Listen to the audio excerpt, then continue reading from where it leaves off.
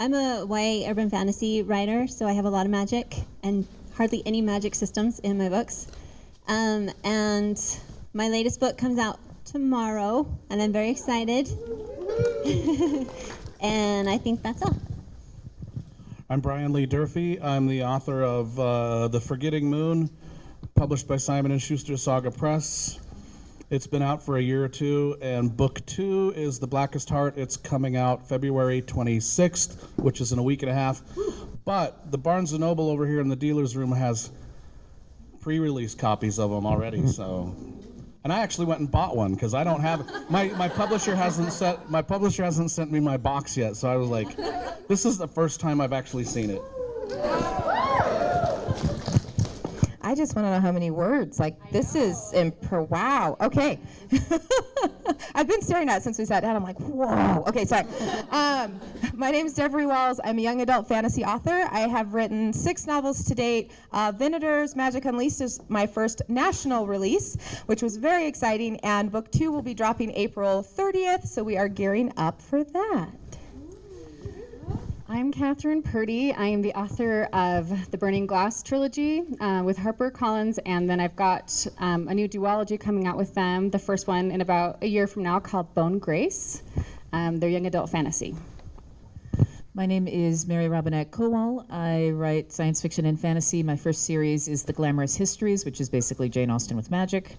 And then, thank you. And then we have the Calculating Stars and Faded Sky, which is my Lady Astronaut duology. So 1950s Apollo era ladies in space. I'm also a professional puppeteer and an audiobook narrator and a member of the Writing Excuses podcast. Okay, so I think to get started, let's just... By each other. Okay, so I think we'll just go over really quick what a magic system actually is before we start talking about the different levels and everything that they entail. Does that sound good? Okay, I'm going to start, and then I'm going to pass it off. So, magic systems, there are really several different ways you can approach a magic system. And once I got assigned to the panel, I was doing a little research into it to make sure I had all my ducks in a row here. So there's soft magic systems, which are basically magic systems where the magic is not explained, but in addition, the characters don't really know what it is either. So the tension in a soft magic story is really added because the characters and the reader do not know what could happen at any point in time. When you're working in a soft magic system, it's very, very important that you don't allow magic to solve the problems, because in that system, if you do, all of the tension goes out, because the magic is this very undefined thing. So when you use it to solve your problems, now, yeah, no tension, no sense of wonder, it's all out the window. A hard magic system, on the other hand, is something where the magic is completely set into stone. So it doesn't have to be explained. I think a lot of writers get really caught up in explaining how and why, and that's not as important. What is important is, here's the rules. This character can do this, he cannot do this, end of story. The reader knows, the character knows, and it becomes part of that story as the character has to use the magic that is there in order to solve the problems. And it's not the magic solving the problems, it's the people using the magic to solve the problems. A lot of novels fall somewhere in the middle, where they kind of do a somewhat flexible system where things can kind of give and take as the story is growing and enhancing, and things can be added. But those are, I think, your 2 extremes, and in the middle, and then I'm sure we'll get into detail. But does someone else have anything to add? All right. You explained it well. I studied, guys, I did. Okay, so our examples that we were given, Joel Walton writes series that have no magic system whatsoever. Harry Potter has a mild magic system, and Brandon Sanderson has a huge magic system. So that kind of gives you an idea of the different levels that there are.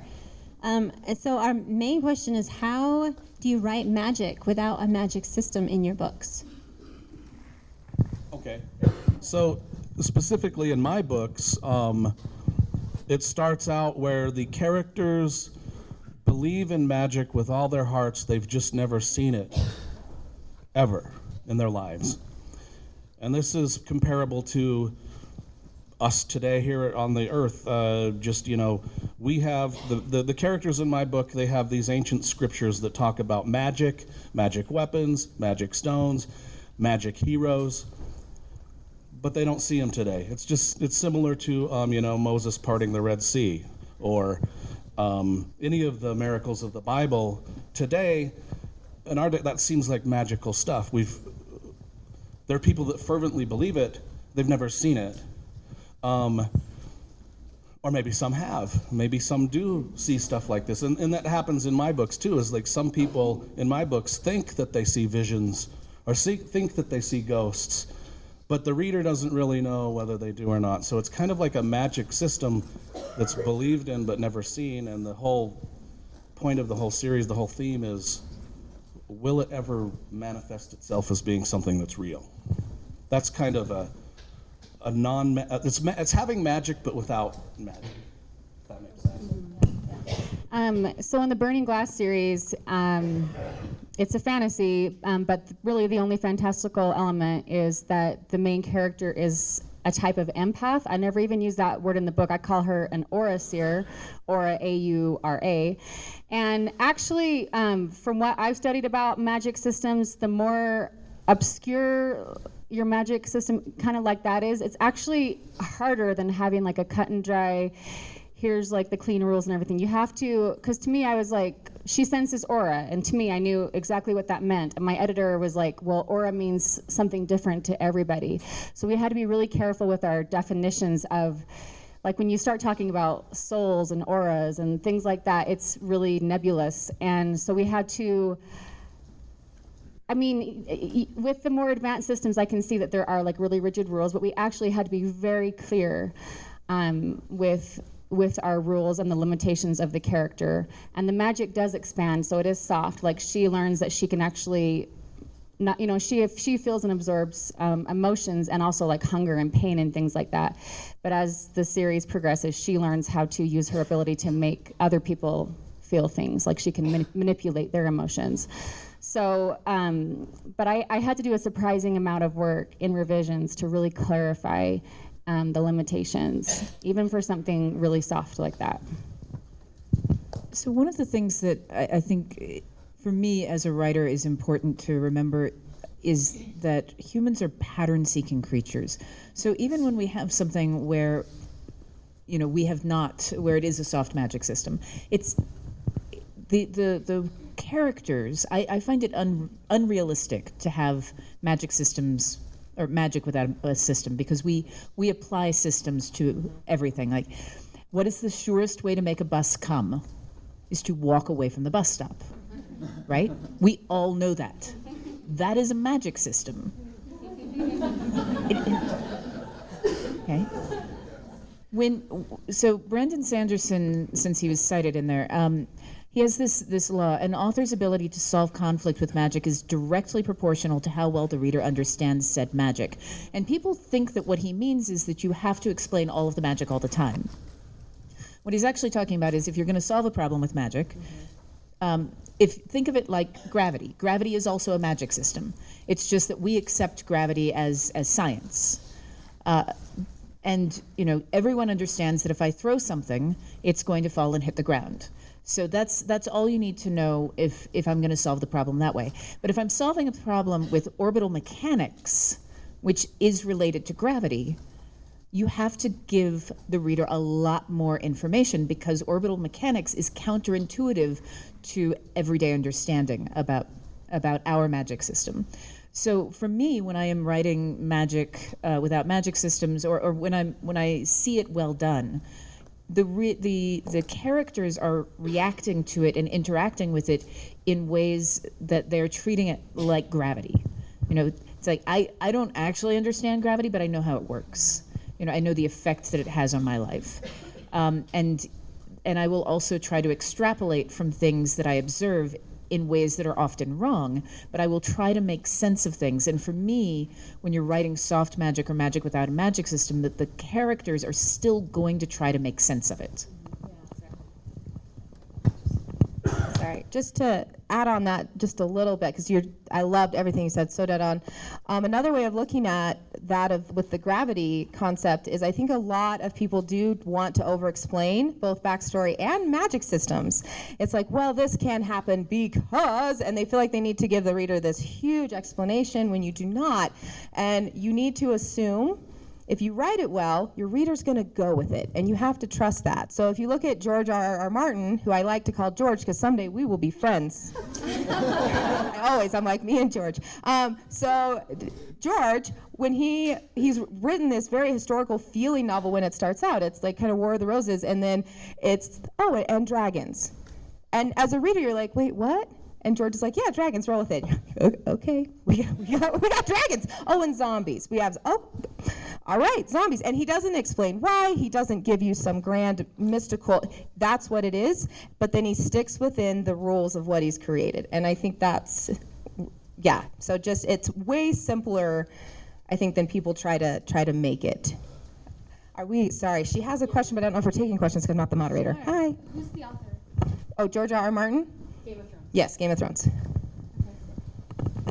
Okay, and that leads me good. That leads me good. I'm a writer.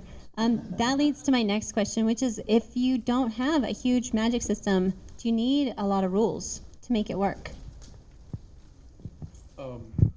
I just, I like sort of, I'm drawn to sort of the pagan old world, druids, Stonehenge kind of mystical, you don't really kind of know what it is magic. I think Tolkien kind of pulled that off a little bit in, the most magical scene, there was a lot of magical scene. There's staffs that, the scene that I'm thinking of is when Saruman, it's kind of like this dark pagan scene where Saruman digs into the earth and drops trees into the earth and then pulls out these bloody sacks full of orcs. I thought that was just like, you know what I'm saying though? I'm like, that's the kind of, I don't understand how that happens scientifically or magically, but it's just really kind of horror movie creepy. And that's kind of, I really enjoy that kind of stuff. I don't even know if that answered what you were even talking about. I think it's about just consistency. That has to do with the system. It doesn't mean I never sat down and made a list of rules. And my character's what's that word? Anomaly. Oh no, did I say it right? Suddenly when you say words out loud, it's like, is that real? We're just looking at them all day long.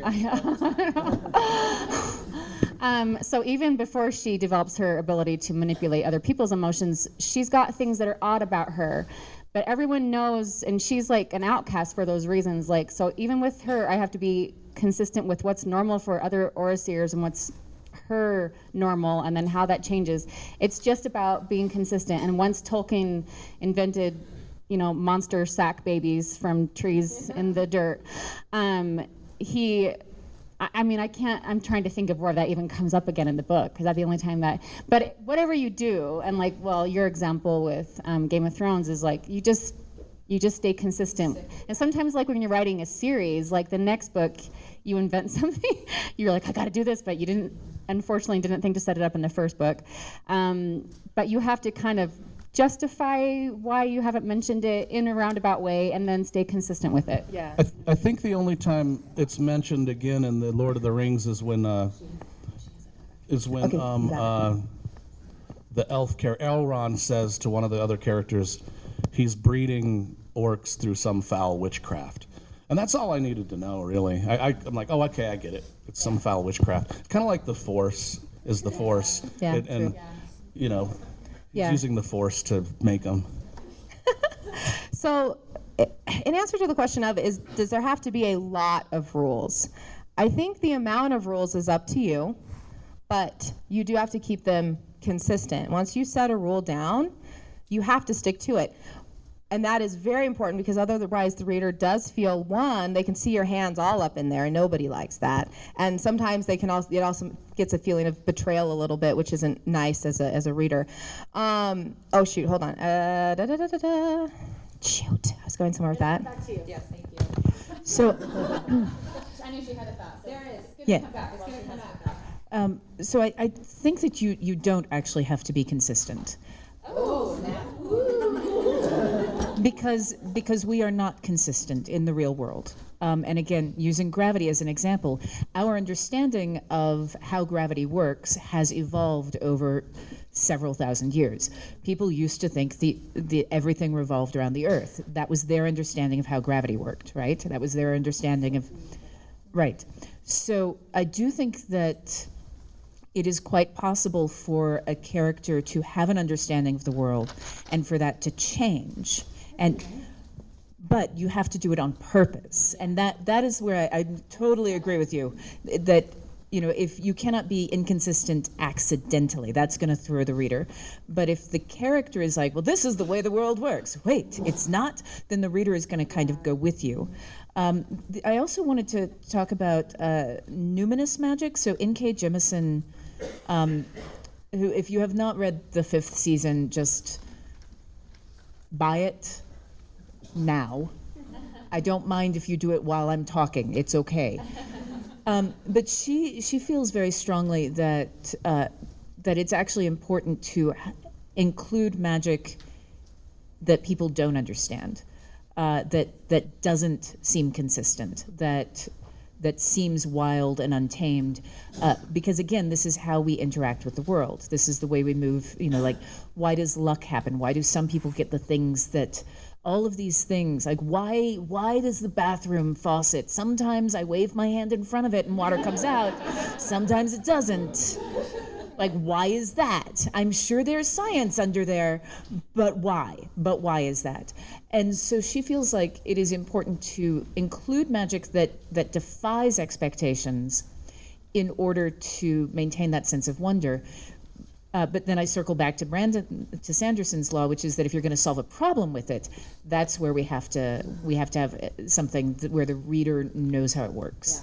Yeah. By that time. I did remember. Can I really fast? It came. I know. It's like the light bulb went back off. You saw. I love though. That's the great thing about panels is that the style matters so much, and so it's so fun when you have different points of view because one thing might not work for how you write, and another thing is like, oh, that fits so well. So that was awesome. Thank you. One thing that I want to caution you guys on when creating a magic system is you need to think about it a little bit. And what I mean by that is people have a tendency to write a law into existence without fully thinking about their consequences. And you can't, you have to think for a second. So for an example, I have a shifter character in the Venator series, and I had him take on the form of this vampire and this werewolf. He's imitating these council members. And when I went to go write it, I was like, wait a minute, we have a problem. Because if this actually happens, because I need it to happen for this scene, but if this is a thing, I have ripped all tension out of the rest of this story because he could be anyone, anywhere, anytime. Like, what's the point? And so I had to put some stipulations on there. Like, he can't change his body odor. So the second the wind changed, it was all over. Like, I had to put some stipulations in there. But had I not thought about the rules before I wrote it, I would have got to book 2 and went, oh my gosh, what have I done? So just think about the implications of everything you write in through the track of the story and make sure you're good with that and it's going to work so that you don't have to accidentally tweak things later just because it doesn't work for your story. Well, I think that supernatural elements can play you can add a lot of mystery to a lot of mystery and suspense to your story by having supernatural elements in it that aren't explained, that the characters and the reader wonder if they're real. Like the ghosts and the things and the visions, and like some of my characters, they think they see visions and then something happens, but then another character will be like, well, that could have happened by coincidence, And so then the reader and the character that it happened to are kind of questioning, okay. And the same thing with some of the supposed magic weapons that are in my book, A guy picks it up and it works, and he beats the guy that he probably shouldn't have beat and smashes the other guy's sword, and the other characters, well, the sword you were fighting with is a lot better than that guy's sword, and so maybe it wasn't magical, kind of, but it creates a suspense kind of a thing. Those are kind of 2 vague examples. I'm not saying those are in my book or not, but they're kind of vague examples. They're sort of vague examples. Of creating suspense just with magic and making the magic a mystery, like Mary was saying at the end. we don't know how some things happen. Sometimes gravity works in a weird way, and the different things like that. The bus comes it comes before we showed up at the thing, you know? I like this way of thinking about magic. It almost feels like we're talking about a character, and I think the best books that have magic in them, it does, like when you think of Harry Potter or any of these books we're talking about, like it feels like a character, and a character transforms. Like your character should, in most novels, be different at the beginning of the book and at the end of the book. We transform them, and so the magic should evolve like that too. And especially if you're writing a series, you have to think about how you're going to grow your magic. Everything has to evolve and get deeper and have more layers. I think, unless you're writing a detective series or something. Well, that actually goes really well into my next question. One sec. You guys are so good. Like, you're reading my mind, and then I'm like, yes, that's my next question. So I've noticed when I'm writing a series, the magic system gets more and more detailed as I go on. Just because there's so much happening, I have to explain it. My standalones don't. Their magic system is a lot lower or whatever. Do you guys have that same?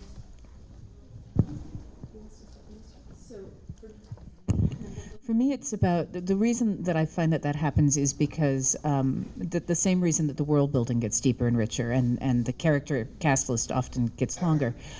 It's about what my character is interacting with.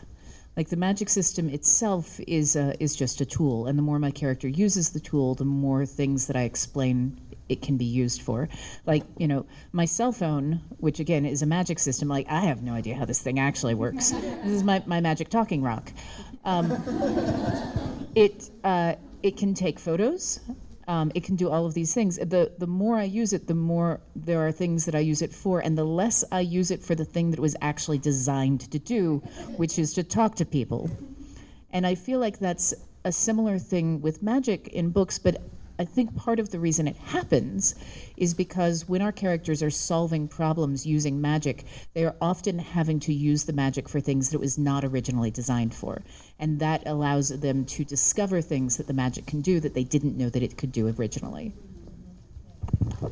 Anyone else? I'll take it. I think that also one of the reasons it happens is because pacing requirements. So I can't always get into all the nitty-gritty details of all of the magic systems, like laws and what it can and cannot do. I can give you a general overview so that it's in place, and we keep with that. But then as situations arise later in the book, now I have the time that I don't bore the reader, my pacing isn't off, I haven't destroyed my story arc, to be able to put that in a little bit more. And those considerations, I think, are important to remember. Okay. Did you have a question? Okay. And then just really quick, how much of a magic system is in your books? How much? Do you have a low? Do you have high? Pretty low in mine. Good. Should we just go down the row? I don't know, I'm not a strong magic system, but I'm upper end. I'm probably 80% strong. I have a little flexibility, but I definitely like to lay the rules down and then make the characters solve around the rules. But I also like to add as it goes and things grow. So yeah, I'd say probably 75-80% towards a stronger system. I think I've talked about mine. It's fairly soft. But there's limitations, but it's all about this one character. She's the one that breaks everything. She's that word I can't say anymore, anomaly. Did I say it? Was that it? Congratulations. So in my novels, it's a very firm magic system. It's called Glamour. Young ladies of quality learn it the same way they learn music, dancing, painting, and in the Regency. And basically what they're doing is they're manipulating the electromagnetic spectrum to create illusions. They don't have the word electromagnetic spectrum, but I've figured out exactly what they're doing, what the costs are, and there are also things where I decided they're wrong about this because it's the 1800s. They will figure that out later. They cannot have this piece of magic yet because I accidentally invented the telephone, and I'm like, that changes society too much. So they're not allowed to do that. Telephone. Yeah. But in my short fiction, it's all over the place. I have a short story which it's in the last issue of Shimmer magazine, available for free online, called Rust and Bone. And it's all magic all the time, but the only rule that I've actually explained is that you do not want grandmother to have to say something 3 times. And that's the only rule that I explain at all. The rest of stuff is all numinous magic. I have no idea how any of it works. I don't. No. And I don't think you have to, actually. It's a little off topic, but I thought since we're all talking about so much about how to explain it and rules and not rules and things like that, I think it's important to address how to do it, like in your writing. So especially for me, I write young adult, so I've got to keep things really fast-paced and as tight as possible.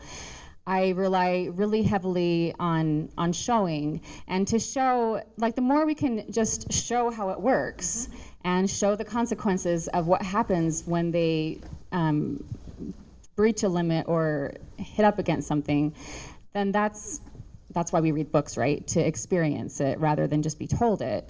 In Burning Glass, to show how she's has such a heightened ability compared to the other girls. Like in the very beginning of the book, there are like starving peasants that attack the convent wanting their food, and the girl feels for them so strongly. The other girls in the convent can control their ability more. They're more trained, but she like locks all the girls in a wing.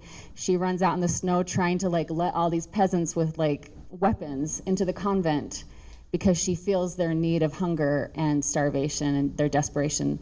And it snowballs from there. And then by the end of the book, she's doing the same thing in a different way, but she's actually opening gates again. But this time she's more in control of her ability, and her ability's evolved. And you know what I mean? Like, so rather than like me explaining every little thing about it, you can just show how your character deals with the magic, what they're able to do with it, how extreme it is, how they learn to grow. Yeah, just remember, and every once in a while we have to squeeze it in there, like break, the exposition and a little few clarification details. But we try to avoid, at least in young adult, that's what I do, try to avoid like a big prologue. Beware of prologues. I mean, sometimes I write them sometimes, but I would caution you against relying on your prologue for world building or like the explanation of your magic, because that's just, I mean, some books do it well. You'll open up a lot of fantasy books and they begin with the prologue, but if there's any way you can avoid one, that's what I recommend. So there's always an exception to the rule.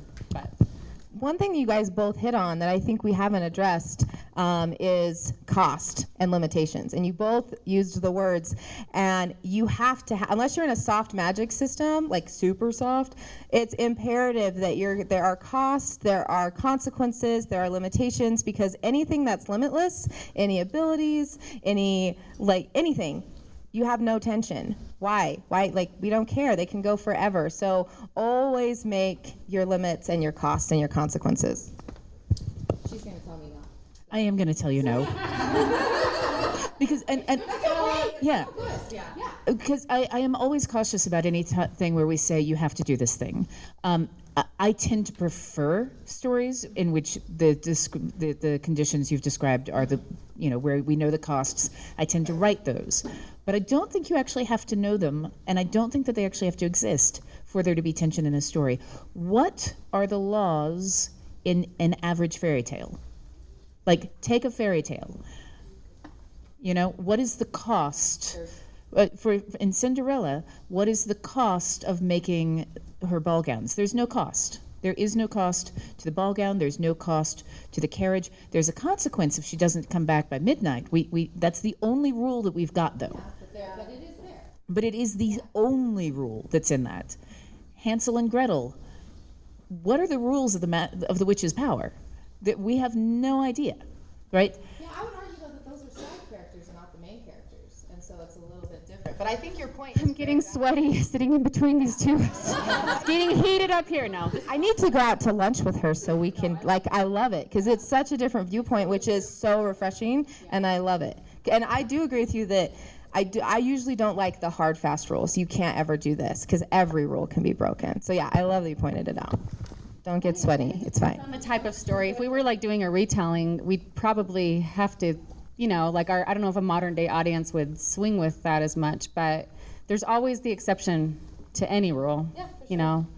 I don't think we all sat down and really thought hard about our rules. We wrote our book and then okay, but I mean, well, for Burning Glass, my next book, the magic is bone magic, and they take bones from animals and they get animal power. So that one has a lot more. I did think about that a lot more before writing, but a lot of times we discover as we write and we build it, and then we go back and make it consistent and revise it and everything.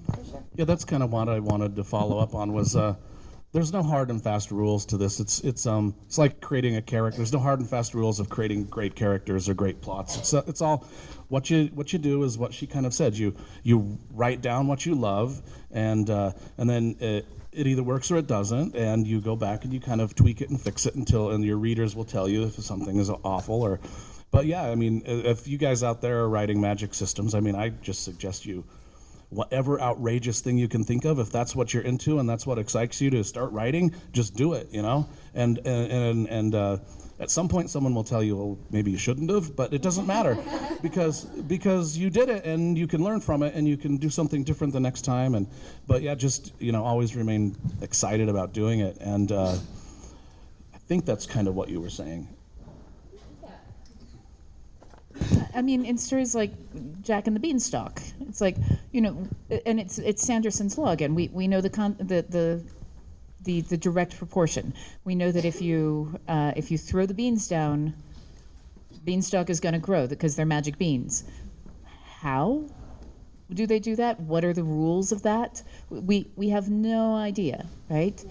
And I think that's the thing for me is since the panel is specifically about magic without a magic system, we can talk about how to create magic systems, and I am all for that because that is where my happy place is.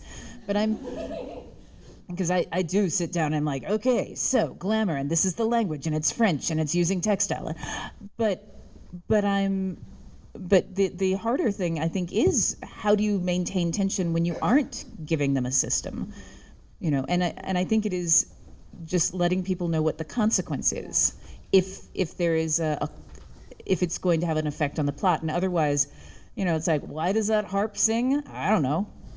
Yeah. Why does the goose lay a golden egg? I don't know. We just know that it does. Yeah. Well, I think when you're writing a magic system, if you understand it, maybe not every single rule, but as long as you understand the magic system, then you can write it. And you might not put all of that into the book, but in my series that I have releasing tomorrow, there's a ton of DNA splicing. So I did all this research on DNA splicing, and it broke my brain. But I'm not putting that in the books, but I understand it. And I don't understand it, just kidding. But I understand enough that it makes sense in my head, and their magic makes sense to me, even if I don't write down all of the rules in the book. If it makes sense to me, I think I can portray that to the reader. Yeah. It might be worthwhile to share a thought I had. You'll find out. You can be the judge if it was worthwhile for you. One time I thought, this is not magic, but I thought about, I'm going to write a sci-fi novel. I've only ever written fantasies. I'm going to write one. And I told my agent, I'm going to write a sci-fi novel. And I tell him the premise, and he's like, okay. And why does it have to be set? Why does this story have to be set on another planet? And I was like, because it's a sci-fi novel. But, it's kind of the same thing with magic. The reason why I was telling, there's a reason why I chose to tell a story about an empath. You want whatever magic you have to fuel the plot, to be necessary for the type of story you're telling. At least that's my thought. So is it necessary, and is not so much is it necessary, but is it serving the type of story you're trying to tell? Like for my Burning Glass books, a character with empathic abilities was it's just the whole story that's so necessary to the story. And in Bone Grace, it's more necessary to have a more constructed magic system with bones and animal magic and stuff like that. So is it serving your story, or is it just in there for kicks? I guess that's okay too, but just kind of know why you're putting it in there. Just be aware, so that you can use it to its potential, or maybe trim it down more, or you want everything to kind of be a nice balance in your story. Okay, so I think we've got about 10 minutes left. I think this is a good time for questions. Sydney, yeah. So with Sanderson's law, I know there's things like. Why don't you use this, or we'll Okay. your question, so we don't have to repeat it. We're putting her on the spot. She has to You're just making me walk. Sorry, I'm sorry. Well, you can just pass that. Thanks. Thank you. With Sanderson's law, that you can't solve the problem, and I feel like there's books like Uprooted and like Everything by Patricia McKillip, where it feels like to me, maybe I'm not understanding it, but it feels like to me that you don't know what the magic can do. The character doesn't know what the magic can do. And the magic has at least a very large part of solving the problem. I mean, how do you? Thanks. Yeah. So this is the part of Sanderson's law that I think is misunderstood. That people think that you have to thoroughly understand the magic in order to use it to solve a problem. And what he's saying is that you need to understand it just as much as is necessary in order to understand how it solves the problem. So, using Cinderella as an example, we know that if she is not back by midnight, all of these things will vanish. Mm-hmm. We do not need to know the mechanism by which the things will vanish. We do not need to know the other consequences. That is the only piece that we need to know. That's the only part of the rule that we interface with. So that's all of the magic system we need to know. Whereas if the story were being told from the point of view of the fairy godmother, and she is having to create those things, and there is a cost to her, or there is some sort of other consequence from fellow fairies, there we would need to know more of the magic system in order for it to be able to solve that problem. So that's what he's talking about with that kind of thing. It's not that you have to thoroughly explain everything, and it's not that you can leave everything out. It's that there is a direct proportion between how much of the magic is being used to solve the problem and how much the reader needs to understand it. So again, using science. Orbital mechanics state that in order for two ships to rendezvous in orbit, in order for one of them to catch up with the other, it actually has to slow down, which causes it to drop into a lower orbit, which causes it to go faster than the other ship because it is traveling a shorter distance, and then it can transition back up to the other ship. But if it speeds up, it will transition into a higher orbit, at which will cause it to slow down relative to the other ship. Right? Okay, yes. Okay. You don't need to know that. You don't need to know any of that, even though that is, if the way my character is solving a problem is by throwing a rock at someone else. Because all you need to know is throw rock, hit, rock fall. That's like if a meteor is hitting the earth, all you need to know is gravity goes down. But if my character is solving a problem through orbital rendezvous, where they have to connect with each other in space, you have to understand why they're slowing the ship down, or there's no tension. Everything, and the reader will stop and go, but wait, I don't understand. Does that answer your question? You're still making the frowny face. Maybe more after. Because I'm thinking about Patricia McKillip. She's thinking about Patricia McKillip. I don't know if you guys have read her. She doesn't know if we've read her. I'm repeating her question so everyone can hear. So the thing is with Patricia McKillip, magic is not solving the problems there. You don't think so? No, I don't think so. No, I think the personalities and the relationships are solving problems, and magic is an ephemeral sense of wonder. I like that.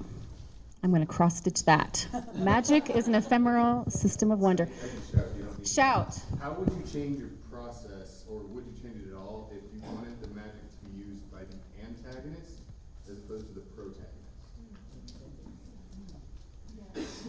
Not at all. It's just relative. It's just more about how much they know each character. I wouldn't. She said she wouldn't change it. Anyone have any deeper thoughts on that? I wouldn't change it. Process. Okay, simple question. There you go. Yeah. So, back on the topic of like Sanderson's law.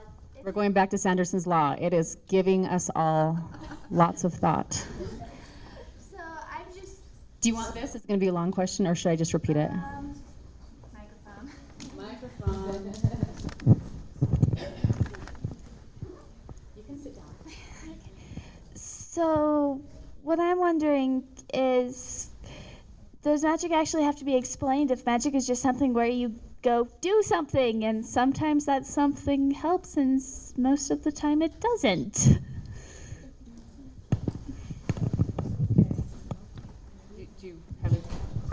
I'm going to take a run at this, and if I'm off the mark, just shake your head and I'll pass it down. I think what Mary Bernadette was saying earlier about when it needs to be explained is dead on, in that if it's going to be used for the story, it needs to be explained to the point of basic understanding. That's it. It needs to just be established. This is because the end. And if it doesn't come in again, that's fine, but in order to keep your reader disbelief in that moment, you need to make that work for your reader.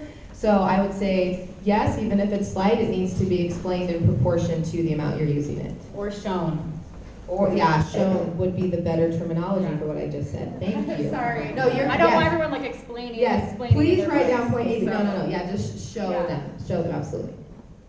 Okay. Okay. So how do you go about balancing multiple magic systems? I have things that come in for one thing and then they go back out because that's the general world. Specifically, I'm talking about monsters. So if I've got a siren come in, they've got different rules than a werewolf, a vampire, than a mermaid. Does that make sense? Oh, so much. Does that make sense? Yeah. So how do you balance those multiple magic systems without having to re-explain the rules every single time? Or is it just that my critique partners are also writers and they're just nosy and want to know too much? I got point B. Yeah, point B. Yeah. I think about the effect you want to have on the reader. If you want them to have a sense of wonder, then you do less explanation. If you want them to feel grounded and have a sense of investment, then you do more explanation, and it depends on where you are in the story and the effect of the overall story. Also, anytime your critique partners are flagging, I don't understand this, they're correct. Anytime they're telling you how to fix it, they're wrong. Yeah.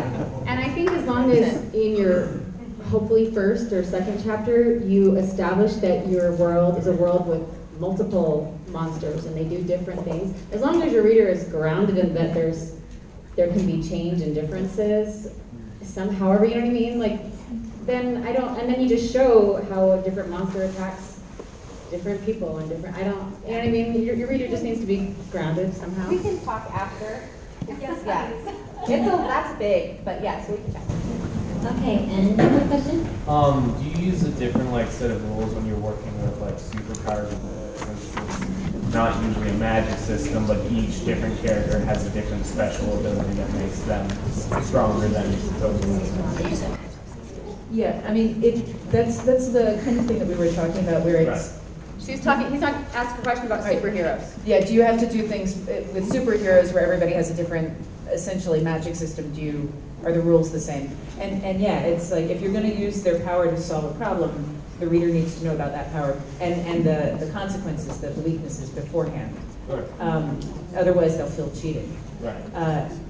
So that's why everyone gets upset with Gandalf with the blah blah blah. It's like, if you could do that the entire time,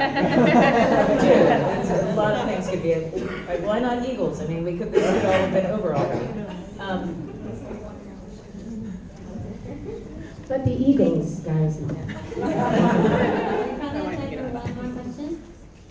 Because you brought the Eagles up.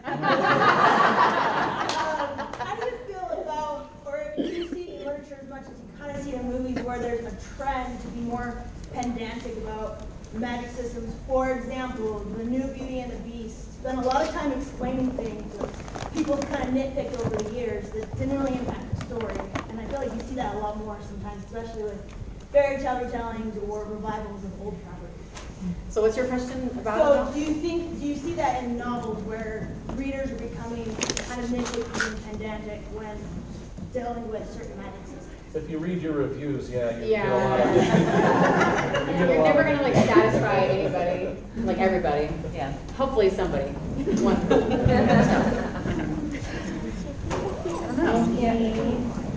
And we are out of time. So thank you so much to our panelists.